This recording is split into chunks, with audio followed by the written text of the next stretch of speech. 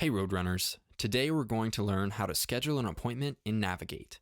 To start, log into your MCC student portal and select the Navigate icon. In Navigate, you'll notice that you're on the Explore tab. Stay here and select Appointments. Select Schedule an Appointment. Select the kind of appointment you would like to schedule.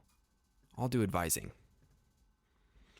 Now currently there's not a general advising option here, so I'd probably just recommend change major or minor for general advising. Okay, select next. Pick a location. Then available advisors will show up here. Select one. Here it will confirm. Here you can view your selected advisor's availability before noon and afternoon, appointment times, future dates, and you can even view availability in the coming weeks. Let's go ahead and schedule an appointment. All right, now you're on the last step, the confirm screen.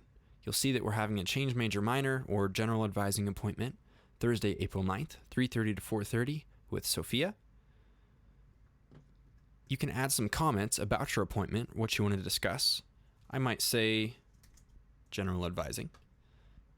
You can send an appointment reminder email to yourself and also a text message reminder. Once you've filled in that info, you'll be able to confirm your appointment.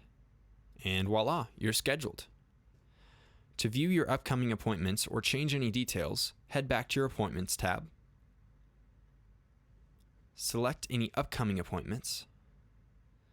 And here's where you can see details or cancel your appointment. You'll see under cancellation that there are reasons here, and you can cancel your appointment. When you initially schedule an appointment, make sure to check Navigate and check your student email to make sure that the advisor confirmed the appointment. But that's about it. Another alternative to using Navigate to schedule an appointment is to go to MorganCC.edu/advising.